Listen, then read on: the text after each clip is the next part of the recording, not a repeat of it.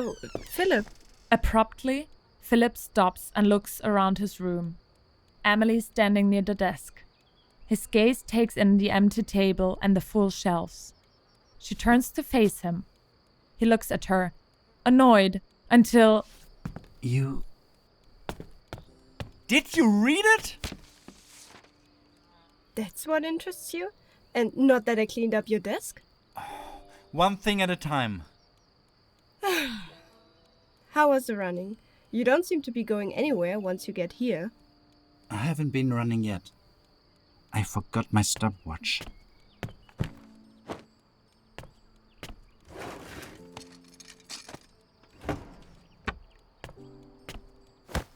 Wait, what? I'll lock the room behind you. You seem to have nothing but nonsense on your mind. I'm sorry for taking an interest in you.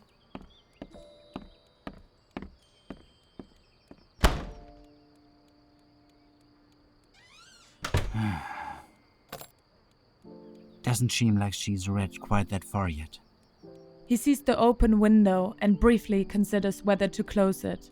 Then he looks out. The weather is lovely. The sunlight hits the picture frames on the shelf. The layers of dust around them throw up a few motes dancing in the light, welcoming the pictures out of the dark.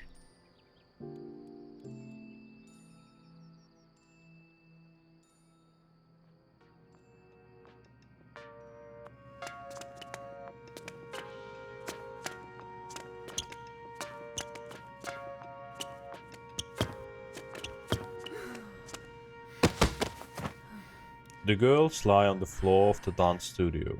Bom-Sook searches for someone to hug. Her eyes find Min-Yu's and they communicate briefly in their unique way. Min-Yu apologetically signals that she is still afraid, but there is also longing in her gaze. Bom-Sook reassures her. She gets up and passes Chea, giving her a tap on her belly, while continuing onwards to join Dan B. Rim and Seoyoung are on the sidelines and watch. Everything will be fine. I know, but right now I miss you guys so much. And it feels like I'm disconnected from you all right now.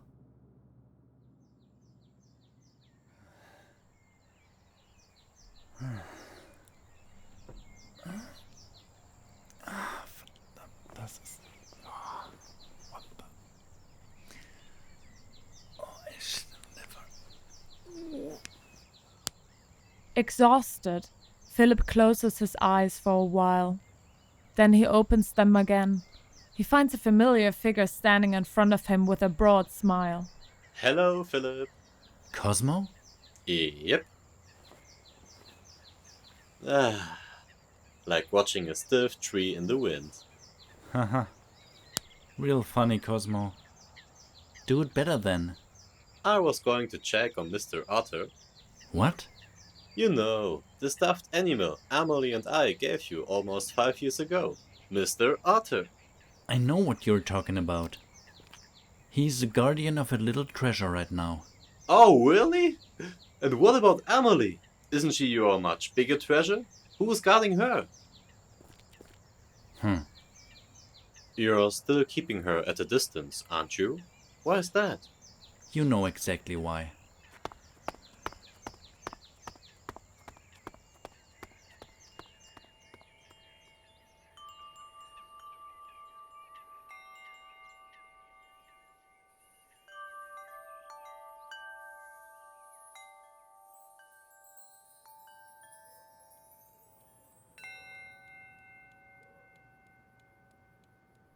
Despite the fresh smell of new linens on the bed, Bom-Sook knows that she's back in Philip's room. Bom-Sook opens her eyes and looks at Mr. Otter. She rises from the bed and bows to him briefly and regards the desk. It is empty.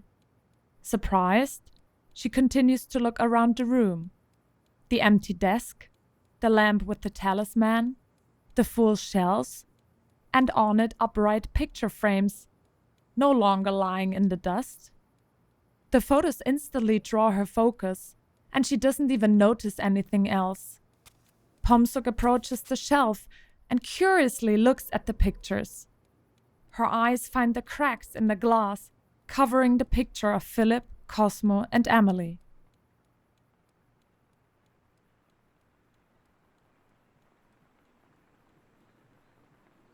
Meanwhile, in South Korea, Philip wears a blue sweater like he always does when taking up residence in Bom-Sook's body.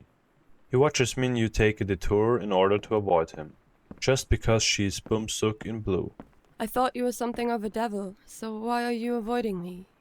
You're much taller than me and also... Please just hold on a second.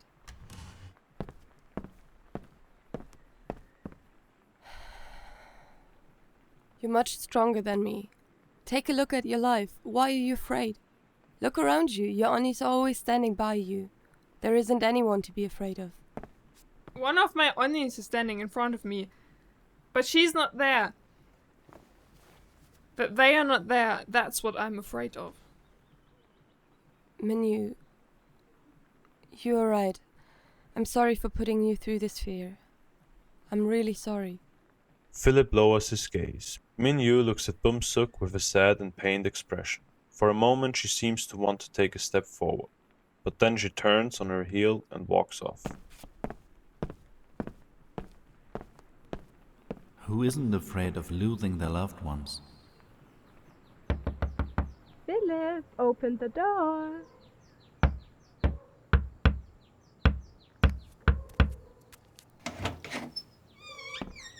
I heard you on the first time. It's a lot more fun this way, though. Besides, I'm your little sister. Being annoying is in my job description. What's in the bag? You're coming shopping with me.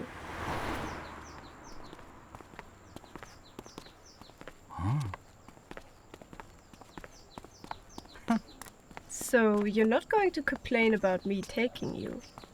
Why would he? Sure, why? No, wait. I'm sure you will explain why I had to come along. It's about Nore. Nore? Nore, the fans of Moksori. You wanted to know what it all meant. What it means to you to be a Nore, or what it means to you? Both. Go ahead then. Nore is what the fans of Moksori are called. We love all 6 of them, no matter how chaotic they are. They always make us laugh and warm our hearts. Whenever we Nore need a little light in our life, we can look to them. And with them, we see all the other Nore. These wonderful people who love the same thing as we do. People from all over the world who break barriers, share and come together. To me, being a Nore means loving Moksori and loving the bubble they have created. All the people behind them, they all shine a little light full of warmth. My love for them, my passion, makes me think about limitations in a whole new way. How much effort does it take to learn a new language? How much money do you need in life for what? In all my thoughts, I see a path made of love. I want to move forward because love drives me forward. I know you always say my passion should not be focused on others, but on myself. But my passion allows me to develop skills that I would have never paid attention to before. As part of a path of passion, they're much easier to learn, and they are a part of that passion. I grow beyond myself, just like your passion for dancing did for you. As long as you are doing what you love, all parts of the path are easier to take and you shine your own light. How sweet.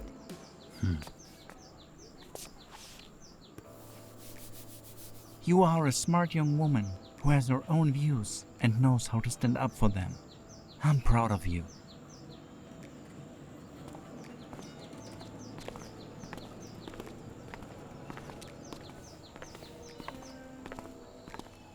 Bom-Sook looks at Emily as she walks ahead and watches her back. When she's ready and determined, she catches up to her. Emily, Yes? why do you think I stopped dancing? Because you went to uni. At the time you thought it was more important. And because everybody's expectations forced you to focus on your studies. You wanted to work on your vision of yourself in the future. And I don't know why there was no more room for dancing next to that. Without it, your only distractions were Matteo and Cosmo. And sometimes me too. But then you distanced yourself and gave it all up. So that's why.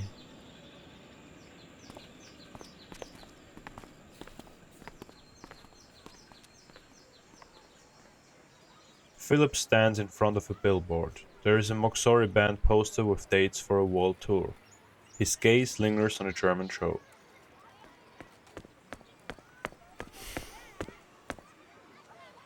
No, you can't just disappear. This body means something to us.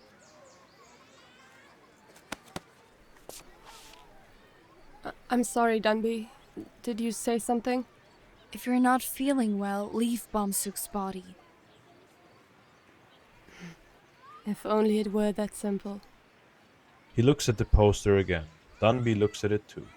She opens her mouth as if to speak, but then realizes how inappropriate it would be.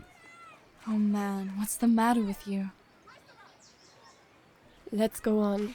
Sorry, I was just thinking. Just say what's got you so deep in thought. I don't want to see an expression like that on Bom-Sook's face right now. I miss my sister. You have a sister? Yes, a little sister. Haven't I mentioned it? So do I. Her name is Bin Na. She's also an idol. Have you heard of the group Joy? Mm-mm. Then I'll show you Joy's music when we're home. But what about your sister? You want to be with her, don't you? Of course I do. She's studying at uni and really only has you guys on her mind. Us? Do you mean Moxori? Yes, she is a Nore. I understand more and more what she finds in you guys. But as a big brother, I wish she would focus on her future and not get distracted. Also, I just want to be around her. He turns his head away and his expression reflects the dark memories his mind is dwelling on. Dunby looks at him curiously. You will soon be with your sister again. Rim and I are looking for a way to get Bom-Sook back, and if we can find a way to make it stick, you won't switch anymore and you'll be with her again. It's a win-win situation. We're in the same team.